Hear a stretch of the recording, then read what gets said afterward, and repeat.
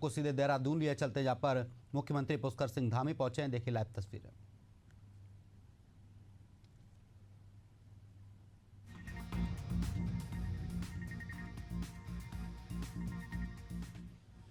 तो देहरादून से सीधी लाइव तस्वीरें आपको दिखा रहे हैं। यहां पर मुख्यमंत्री पुष्कर सिंह धामी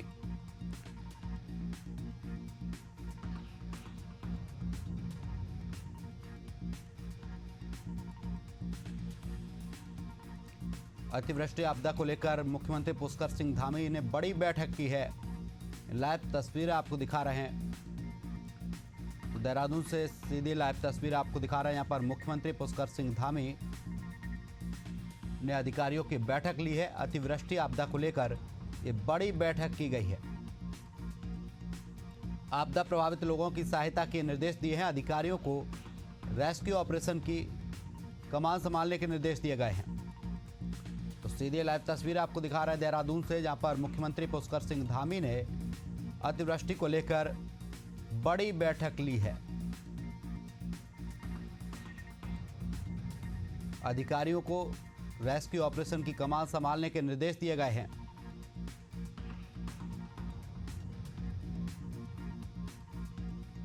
देहरादून से सीधी लाइव तस्वीरें दिखा रहे हैं, जहां पर मुख्यमंत्री पुष्कर सिंह धामी ने बड़ी बैठक ली है।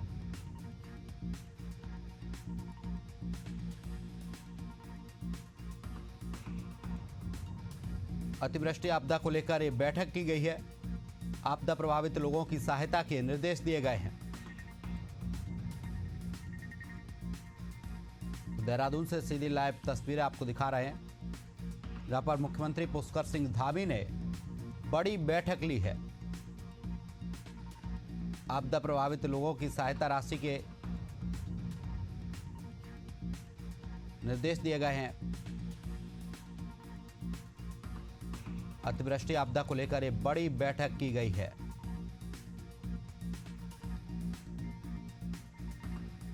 अधिकारियों को रेस्क्यू ऑपरेशन की कमान संभालने के निर्देश दिए हैं।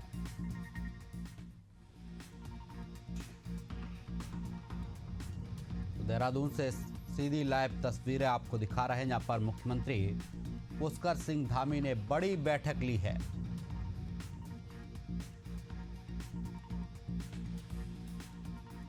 अतिवृष्टि आपदा को लेकर ये बैठक की गई है।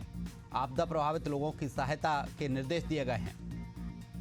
अधिकारियों को रेस्क्यू ऑपरेशन की कमान संभालने के निर्देश दिए गए हैं।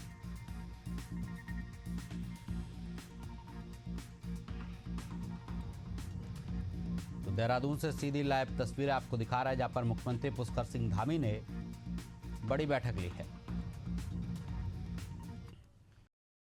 उत्तर प्रदेश के मुख्यमंत्री योगी आदित्यनाथ ने प्रदेश के नागरिकों को संबोधित करते हुए एक महत्वपूर्ण संदेश दिया है।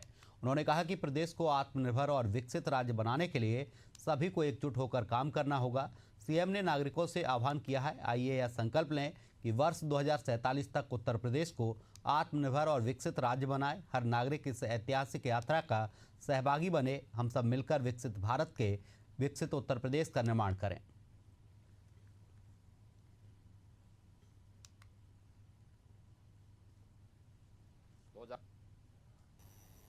नमस्कार। सम्मानित प्रदेशवासियों, आदरणीय प्रधानमंत्री श्री नरेंद्र मोदी जी के नेतृत्व में स्वतंत्रता के शताब्दी वर्ष 2047 तक भारत को एक विकसित राष्ट्र बनाना है और इसी क्रम में हमें उत्तर प्रदेश को आत्मनिर्भर, समृद्ध और सशक्त बनाना है। ये वही स्वप्न है जिसके लिए हमारे पूर्वजों ने तप, त्याग और बलिदान दिया है। अब हमने इस सपने को साकार करने का संकल्प लिया है। यह संकल्प केवल सरकार का नहीं है, बल्कि पूरे 25 करोड़ प्रदेशवासियों का साझा सपना है। हमारा लक्ष्य है 3 प्रमुख थीम पर। पहली थीम है अर्थ शक्ति, जिसमें उत्तर प्रदेश को कृषि, उद्योग, निवेश, डिजिटलीकरण और पर्यटन के माध्यम से एक समृद्ध अर्थव्यवस्था बनाना। दूसरी थीम है सृजन शक्ति की, जिसमें उत्तर प्रदेश में आधुनिक अवसंरचना, हरित विकास और नवाचार के माध्यम से एक नया उन्नत और आत्मनिर्भर उत्तर प्रदेश के निर्माण का। और तीसरी थीम है जीवन शक्ति की, जिसमें हर नागरिक को गुणवत्तापूर्ण शिक्षा, बेहतर स्वास्थ्य की सुविधाएं और सुरक्षित व सशक्त समाज मिले, जहां हर नागरिक की भागीदारी और समृद्धि सुनिश्चित हो, तब वंचित को वरीयता मिले। मध्य प्रदेश में दिव्यांगजनों को लगातार उपेक्षा और अन्याय का सामना करना पड़ रहा है। यह आरोप मध्य प्रदेश कांग्रेस कमेटी के प्रवक्ता रवि सक्सेना ने लगाए हैं। उनके अनुसार राज्य में करीब 35 लाख से अधिक दिव्यांगजन हैं, लेकिन सरकार उनके संवैधानिक अधिकार और उचित सम्मान निधि को सुनिश्चित करने में पूरी तरह असफल रही है।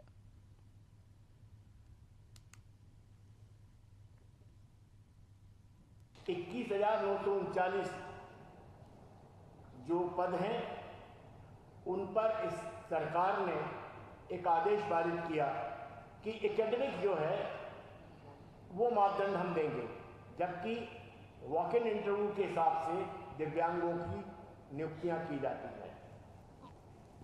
विभागवार अगर आप देखें तो दिव्यांगों के जो आरक्षित पद हैं, स्कूल शिक्षा विभाग में 5,771 पद खाली हैं, स्वास्थ्य विभाग में 1120 पद खाली हैं, उच्च शिक्षा विभाग में 771 पद खाली हैं, पंचायत एवं ग्रामीण विकास में 686 खाली हैं, नगरीय विकास एवं आवास विभाग में 1166 पद खाली हैं, और अन्य विभागों में जो कि 48 विभाग हैं अन्य, उनमें 12,422 पद जो हैं वो रिक्त पड़े हुए हैं। तो आप समझ सकते हैं कि शासन लगातार उनको पेंशन देने में भी कोताही बरत रही है, उनको उनके लिए जो आरक्षित पद हैं जो रिक्त पड़े हैं उन पर नियुक्ति देने में भी वो कोताही बरत रही है। बिहार में मतदाता सूची को लेकर शुरू हुई कांग्रेस की वोट अधिकार यात्रा पर सियासत तेज हो गई है। उप मुख्यमंत्री विजय शर्मा ने इस मुद्दे पर कांग्रेस को आड़े हाथों लेते हुए कहा कि कांग्रेस को भ्रामक प्रचार नहीं करना चाहिए। SIR यानी स्पेशल समरी रिवीजन मतदाता सूची में संशोधन, परिवर्तन और विलोपन की एक नियमित प्रक्रिया है। इसका विरोध करना केवल राजनीतिक स्टंट है।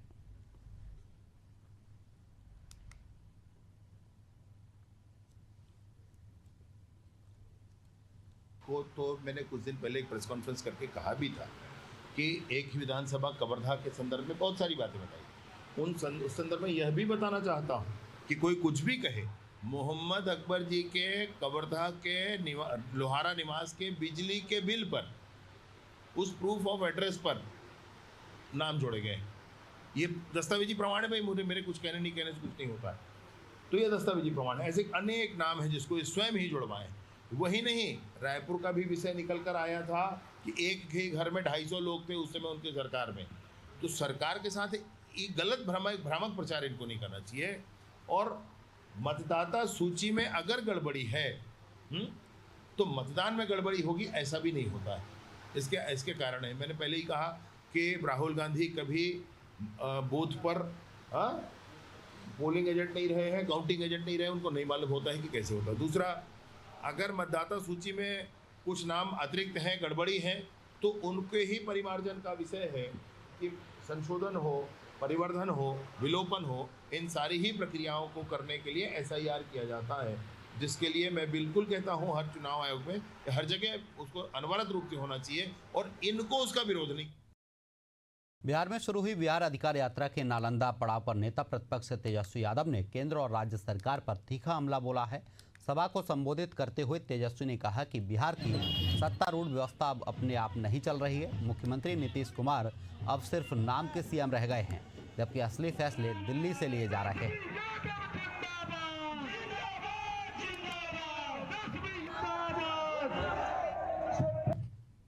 आज हम लोग इस्लामपुर विधानसभा में हजारों साथियों के साथ, महिलाओं का साथ हम लोग तेजस्वी प्रसाद यादव जी का स्वागत करने का काम करेंगे। और जिस तरह से बिहार की जो नौजवानों की जो आस्था है और विश्वास है नेता प्रतिपक्ष तेजस्वी प्रसाद यादव जी के ऊपर कि बारिश हो रहा है फिर भी लोग डट के खड़े हुए हैं उनको स्वागत करने के लिए। मुख्यमंत्री पुष्कर सिंह धामी ने सरकारी जमीन, नदी नालों और सार्वजनिक संपत्तियों पर कब्जा करने वालों से सख्ती से निपटने के निर्देश दिए हैं।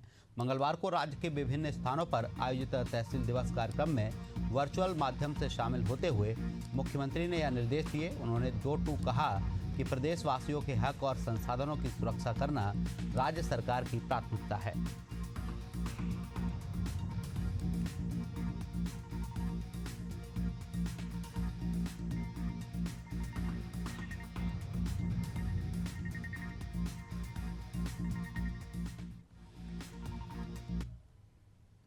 छत्तीसगढ़ में 18 अगस्त से राष्ट्रीय स्वास्थ्य मिशन के संविदा स्वास्थ्य कर्मचारियों की अनिश्चितकालीन हड़ताल जारी है। कर्मचारियों का आरोप है कि राज्य सरकार उनकी नियमितीकरण की मांगों पर ध्यान नहीं दे रही है और हाल ही में कुछ कर्मचारियों के बर्खास्तगी के आदेश भी जारी किए गए हैं, जिसके खिलाफ कर्मचारियों में गहरी नाराजगी है। इसी कड़ी में आज हड़ताली कर्मचारियों ने दुर्ग में विशाल रैली निकाली और इक्सा मृत्यु की मांग करते हुए राज्यपाल के नाम कलेक्टर को ज्ञापन सौंपा है।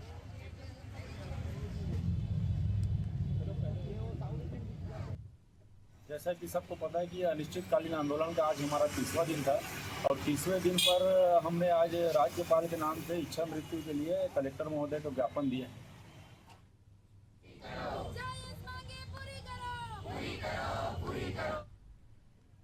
बीजेपी ने प्रधानमंत्री नरेंद्र मोदी के जन्मदिन को सेवा और जन कल्याण के रूप में मनाने की तैयारी तेज कर दी है। छत्तीसगढ़ भाजपा ने 17 सितंबर से 2 अक्टूबर तक सेवा पखवाड़ा चलाने की घोषणा की है। राजधानी रायपुर में भाजपा के प्रदेश कार्यालय एकात्म परिसर में हुई प्रेस कॉन्फ्रेंस में पार्टी के महामंत्री अखिलेश सोनी ने इस संबंध में विस्तृत जानकारी दी है।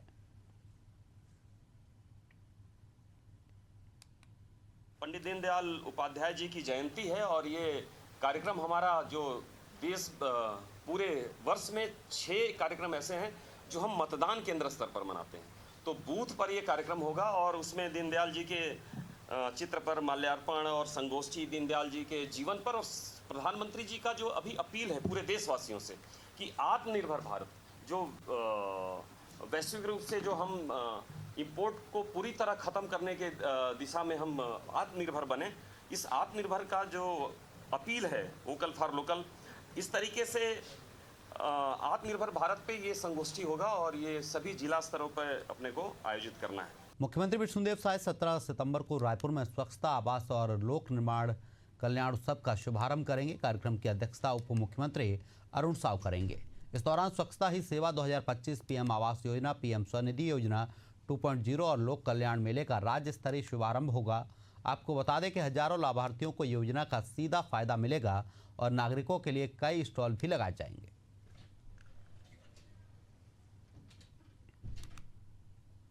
कल 17 सितंबर से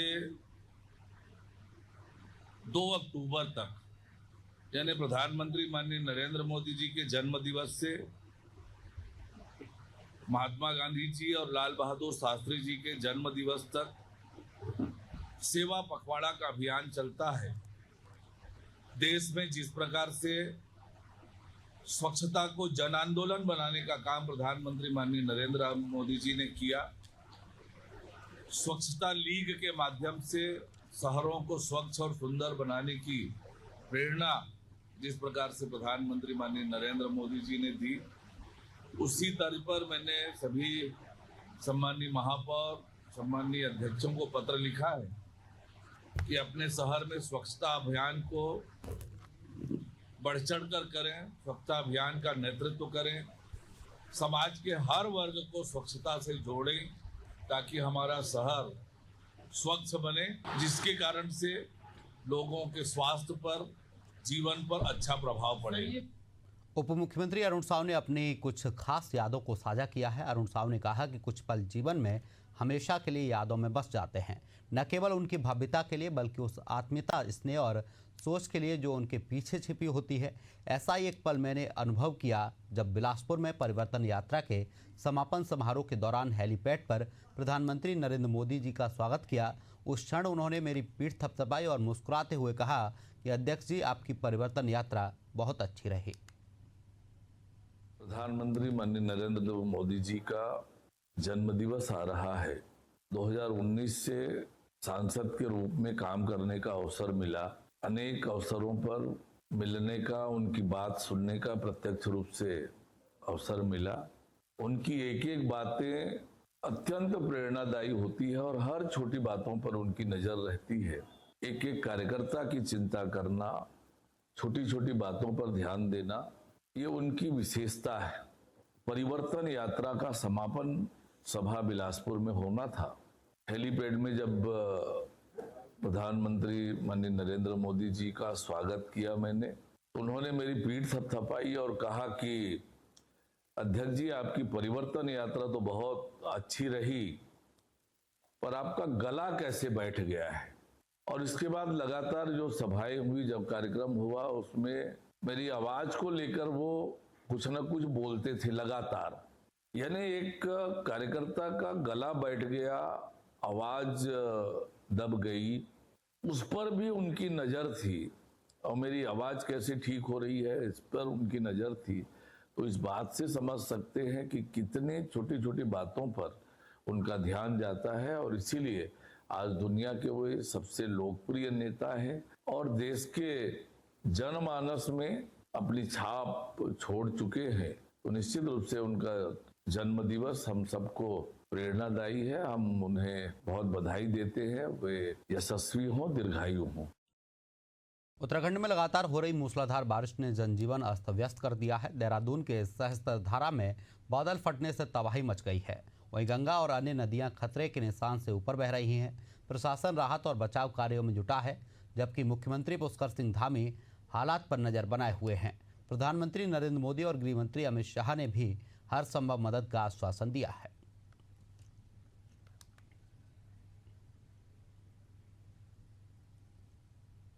इन दिनों उत्तराखंड में मौसम ने भारी तबाही मचा रखी है। उत्तराखंड समेत तमाम जो जनपद है, चाहे देहरादून की बात करें, मसूरी की बात करें, अल्मोड़ा की बात करें, रुद्रप्रयाग की बात करें, तमाम जनपदों में कहीं न कहीं जो भारी बारिश है वो तबाही मचा रही है और हरिद्वार भी कहीं न कहीं इसमें छूटा नहीं है। और इन्हीं सब मुद्दों को लेकर हमारे साथ हरिद्वार के साथी और रिपोर्टर भी है हमारे साथ टीम में।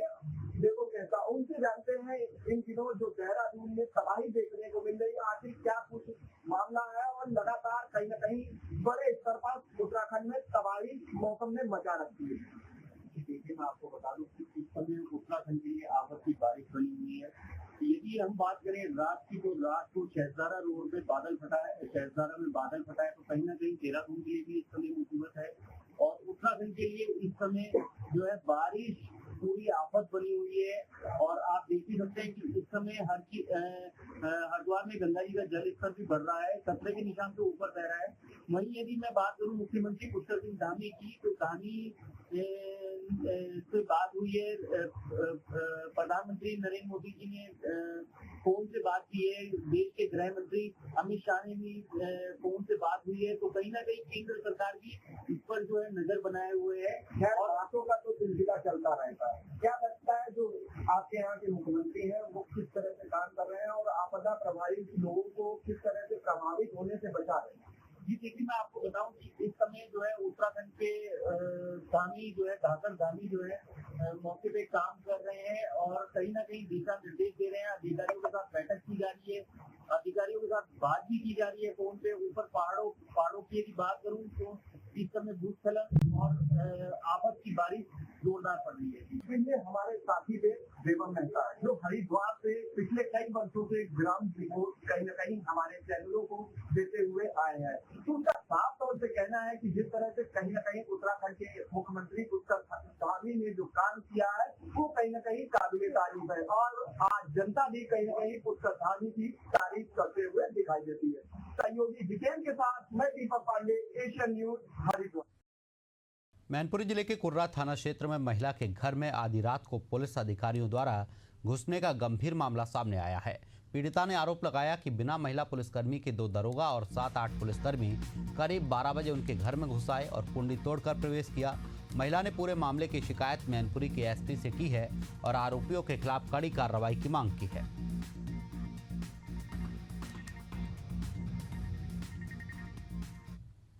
का मैटर है, मेरे पति को पुलिस पकड़ के ले गई बिना किसी वजह से, मुझे पता भी नहीं, वो फार्म से काम कर रहे थे, मुझे ये पता नहीं क्यों ले गई। ये मामला कुर्रा थाने का है, ग्राम बोजी का। यहाँ पे ये भांजा है बड़ा सुधीर उर्फ सोनू नाम है इसका। तो ये मुर्गी फार्म पे कार्य कर रहा था, तो 100 नंबर की गाड़ी आई और इनको उठा लिया कि इन्होंने बकरा चोरी किया है और साथ ले गई थाने में। उसके बाद में रात में 11:30 बजे लगभग पूरी गाड़ी आती है, आदेश भारद्वाज के साथ विजेंद्र सिंह है, अन्य हमारा है, इसके साथ कम से कम 7-8 लोग, और ये गेट में लाते मारी, गेट का सांकड़ टूट गई और ये बाइक का लॉक तोड़ के बाइक ले गए। और ये इन्होंने महिला थी, इन्होंने वीडियो बनाया, तो ये कहने लगे अभी देखता हूँ तुझे, और बस चले गए। और ये महिला फिर पुलिसकर्मी को लेके आई घंटे बाद तुरंत ही। इसके बाद में महिला को थप्पड़ भी मारे महिला कांस्टेबल ने, उसके बाद में मोबाइल छीन के ले गए और ऊपर गए छत पे, अलमारी वगैरह खोली और सब कुछ ढूंढते रहे कि मतलब कि कुछ क्या ढूंढते रहे ये तो नहीं बताया, सब खोल के देखते रहे, बक्सा अलमारी सब खुली दे रही। भारत की भूमि पर विभिन्न आस्थाओं और धार्मिक परंपराओं का अद्भुत संगम देखने को मिलता है। इनमें से एक विशेष और कठिन परंपरा है दंडवत यात्रा, जिसमें भक्त एक स्थान से दूसरे स्थान तक चलते हुए हर कदम पर दंडवत प्रणाम करते हैं। हाल ही में एक भक्त की ऐसी ही अनुपम साधना ने लोगों का ध्यान आकर्षित किया है, जो गंगोत्री धाम से रामेश्वर तक की यात्रा कर रहे हैं।